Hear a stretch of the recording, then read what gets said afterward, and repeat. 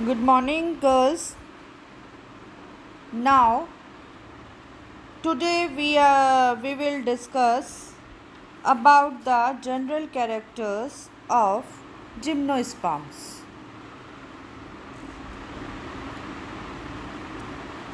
The division Spermatophyta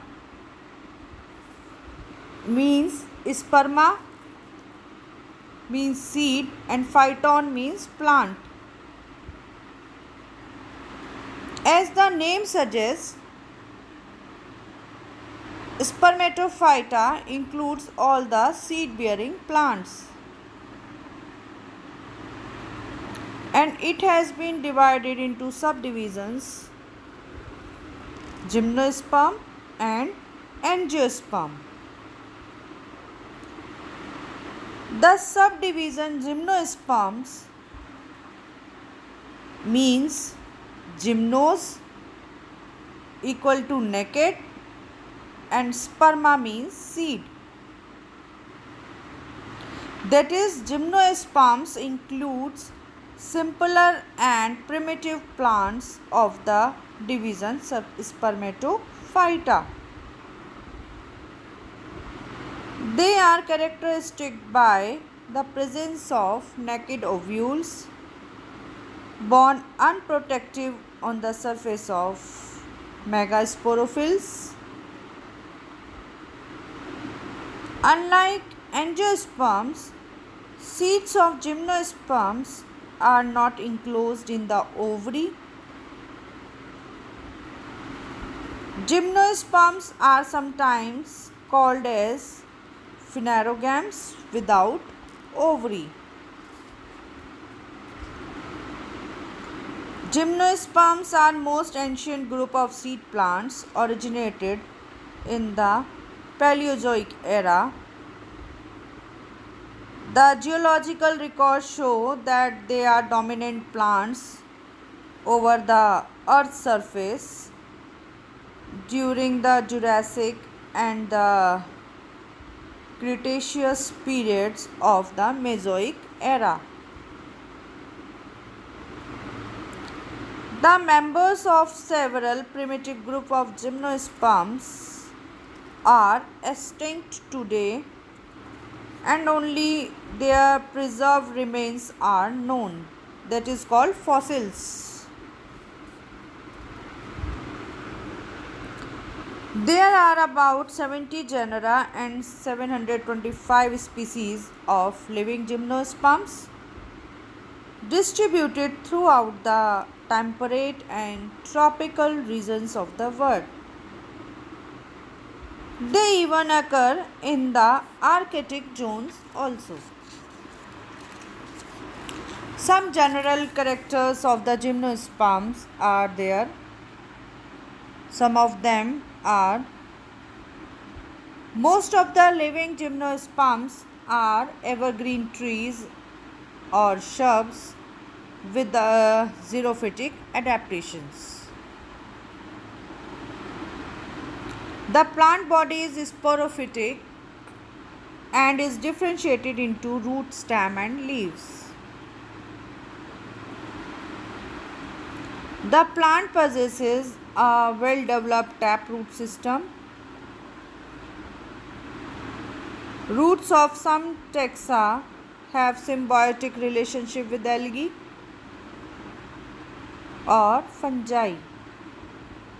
Algae, colloid roots of cycas, or fungi, mycorrhizal roots of pinus. You have studied in case of cycas and pinus. The stem is usually erect, profusely branched, woody, and sometimes it is tuberous. Presence of leaf scars on the stem is a characteristic feature of the gymnosperm. The leaves are usually dimorphic. The foliage leaves are green, simple, needle-shaped or pinnately compound, while the scaly leaves are usually minute and deciduous. In some taxa like Ephedra, only scaly leaves are present. The roots are die to polyarch. In the cortex of stem, tanniniferous cells are frequently present.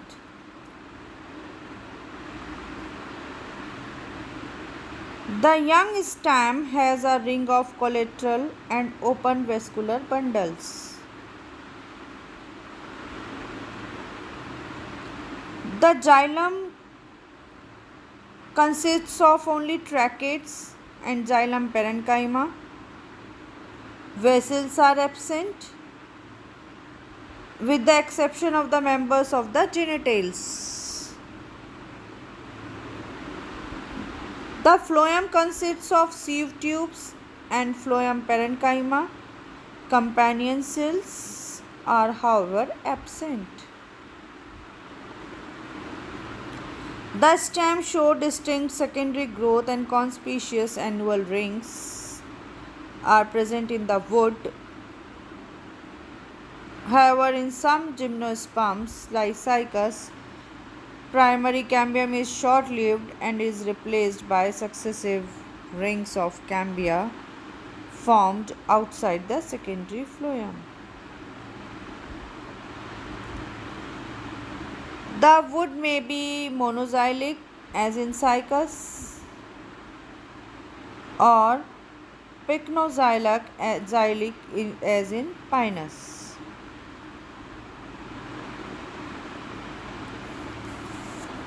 The leaves have a thick cuticle and sunken stomata. The mesophyll of the leaf may be undifferentiated or differentiated into palisade or spongy parenchyma. Most gymnospermic leaves do not have lateral veins, and the lateral translocation of nutrients takes place with the help of transfusion tissue. The gymnosperms are heterosporous. Mega and microsporangia occur on megasporophyll and microsporophylls respectively, which usually aggregate to form compact cones or strobili.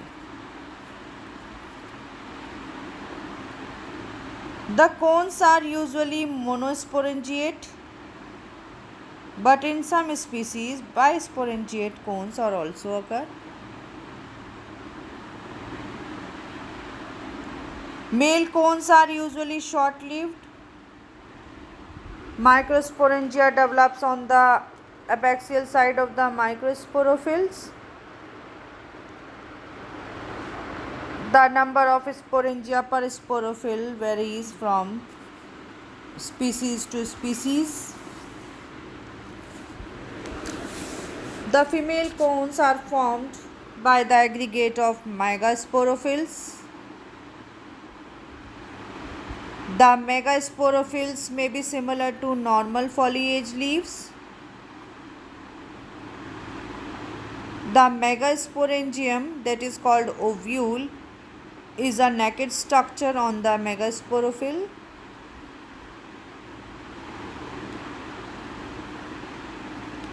The ovules are orthotropous and unitegmic. The microspores are liberated in various stages of the male gametophyte development. The number of archegonia in a female gametophyte is variable. There are several archegonia in Cycas and only 2 in Pinus. The archegonium has a single egg and a ventral canal cell. Neck canal cells are, however, absent.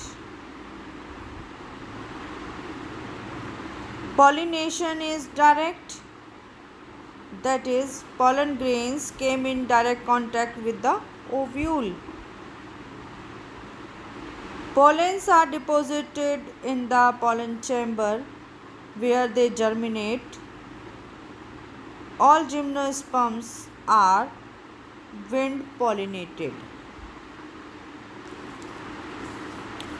Fertilization is siphonogamic, and the pollen tube may function as hostorial or sperm carrier.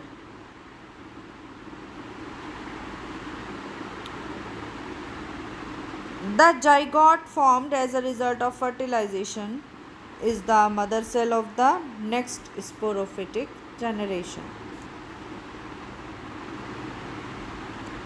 The development of embryo is meroblastic, that is, the embryo develops only from a part of the zygote.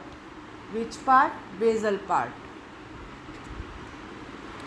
Development of endosperm takes place before fertilization, hence the endosperm is haploid.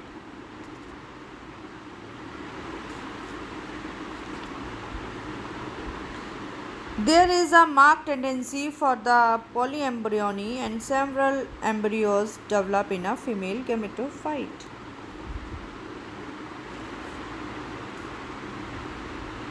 The polyembryony may arise by the fertilization of more than one egg or by the division of zygote. But due to physiological competition, only one embryo attains maturity. The naked ovule develops into seed. The ovular integuments form the seed coat.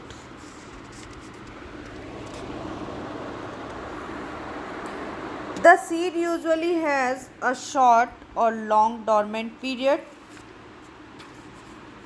and then it germinates to form a new sporophytic body. The seed represents three phases in the life cycle of gymnosperm. One is integument and nucellus represent the mother sporophytic phase, that is called first sporophytic phase. Second, endosperm, the gametophytic phase, and the third is embryo, the next sporophytic phase. It develops from the zygote, third stage, embryo. There is a distinct alternation of generation. The diploid sporophytic phase is dominant, whereas the haploid gametophytic phase is reduced.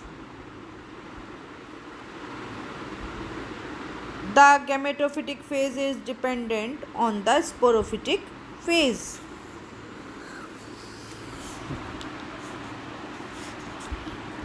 As I have told you earlier, the gymnosperm are considered to form a bridge between the pteridophyte and angiosperm. So these are the some general characteristic features of gymnosperm.